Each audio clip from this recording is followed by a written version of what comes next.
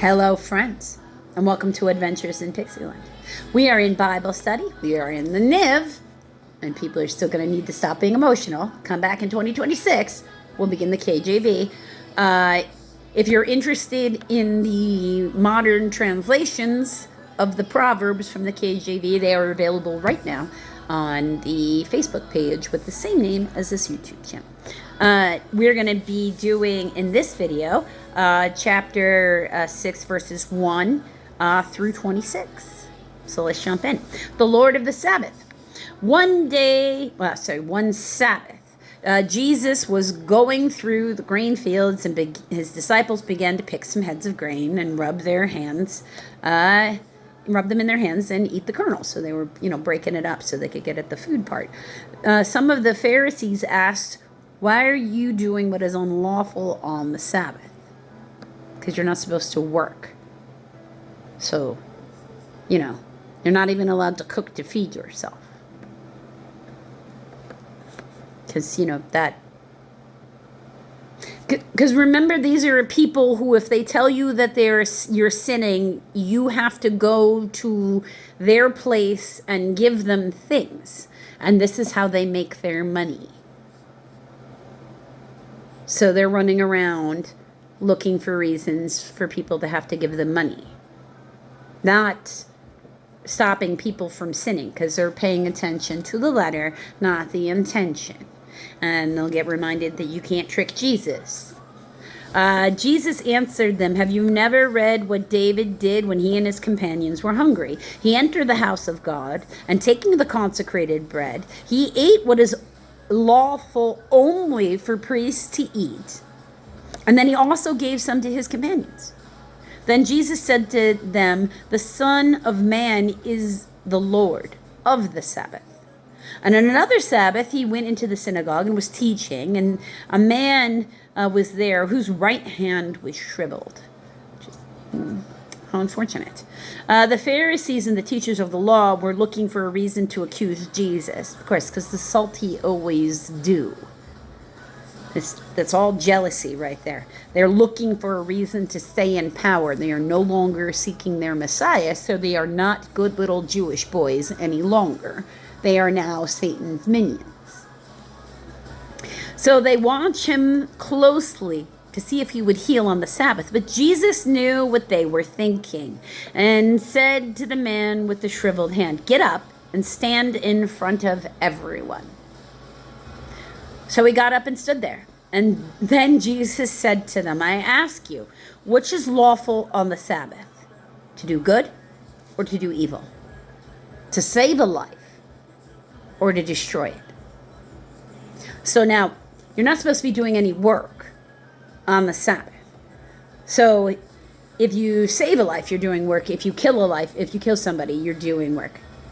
Because you're not even allowed to do the things necessary to feed yourself. You have to have it all prepared, and you're only allowed to feed yourself from whatever you had that you could leave out that was leftovers the next day.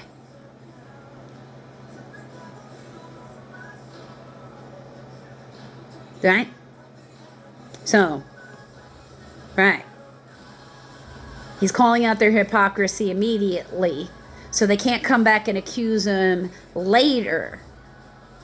Because then they have to, who are popular with the crowd, have to say, "No, we totally should say you should have left that man's hand the way it was, because it matters if it's this day or tomorrow." That's the letter, not the intention. Because you no longer have any compassion for the person that has to live that one more day in that pain. He looked around them at them all and then said to the man, "Stretch out your hand." He did so, and his hand was completely restored. They were furious and began to discuss with one another what they might do to Jesus. Right? Because they have to sneak, because they can't do it public, because they're worried about their public appearance. They're worried about their popularity. He doesn't give a crap about popularity. He wants you to have your head down doing the work. with the intention that he gave you, with the divine work that he gave you to do in the first place. Because everybody does have a divine purpose. What yours is going to change from anybody else. It's going to be unique to you. So you can't just be trying to follow the leader, or trying to be running around grasping at, in that pick-me energy. People who are worried about what other people think are in pick-me energy. They're in low energy vibration. There's woundings. They need to go heal. They're not, evil. They're hurt. And they need to heal. The 12 apostles, verse 12. One of those days, Jesus went out to the mountainside to pray, and he spent the night praying to God. When the morning came, he called his disciples to him, and he chose 12 disciples of them, whom he designated apostles. Simon, who he named Peter, his brother Andrew, James, John, Philip, Bartholomew, Matthew, Thomas, James, son of Alphaeus, Simon, who was called the Zealot, Judas, the son of James, and Judas Iscariot, who became the traitor. They love to remind everybody he became the traitor, because, for them, that is a wound that was never gonna heal for them. Because as far as they were concerned, this man is the reason that they don't have their Messiah. Right? Even though it's God's will and they understand that, they were still human. That's why they all have to throw the shade. Because we all know that Judas betrays Jesus. But they're telling us before we've even gotten to there. So they're giving spoilers. Blessings and woes. He went down with them and stood on a level place. A large crowd of his disciples was over there, and a great number of people from all over Judea, from Jerusalem, and some from the coast of Tyre and Sidon, which play a very interesting role in the Old Testament about how God brings his people back, I have to say. Who had come to hear him and to be healed of their diseases. Those troubled by evil, or unclean in Greek, spirits were cured. And the people all tried to touch him, because power was coming from him and healing them all. So he was radiating healing energy, and if you could just touch, you would be healed. Looking at his disciples, he said, "Blessed are you who are poor, and yours is the kingdom of God. Blessed are you who hunger now, for you will be satisfied. Blessed are you who weep now, for you will laugh. Blessed are you when men hate you, when they exclude you and insult you, and reject your name as evil because of the Son of Man. Rejoice in that day and leap for joy, because great is your reward in heaven.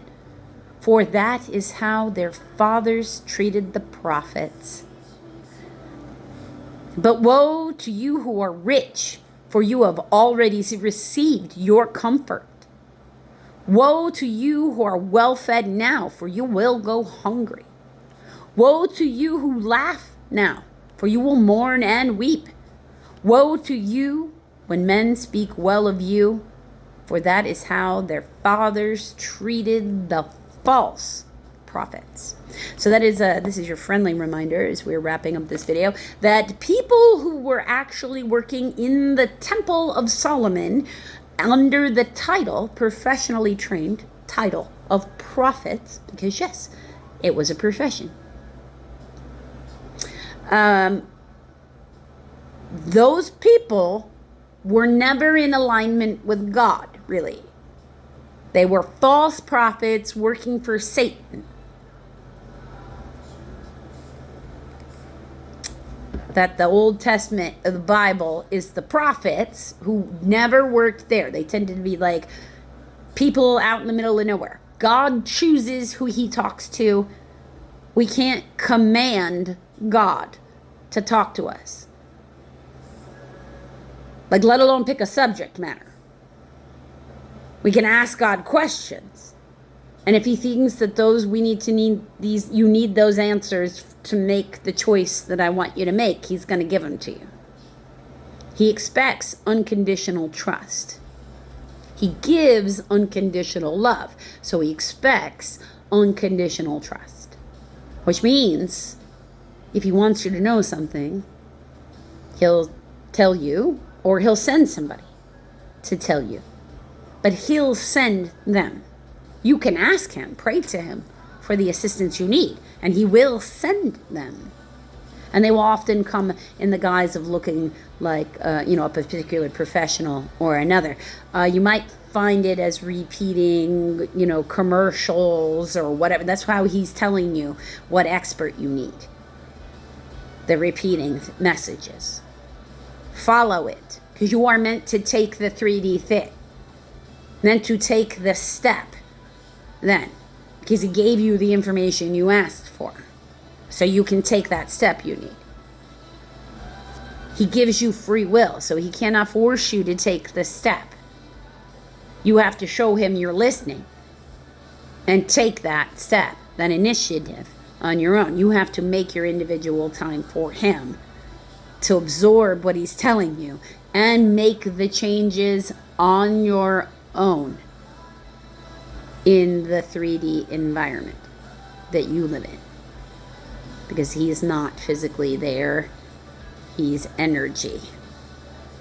He's there in the sense that he's energy. And he can be physically there in the sense that he's energy. But he isn't going to get up and clean your room for you. He's going to tell you to go clean your room. You follow? I hope. Until a few minutes from now, friends.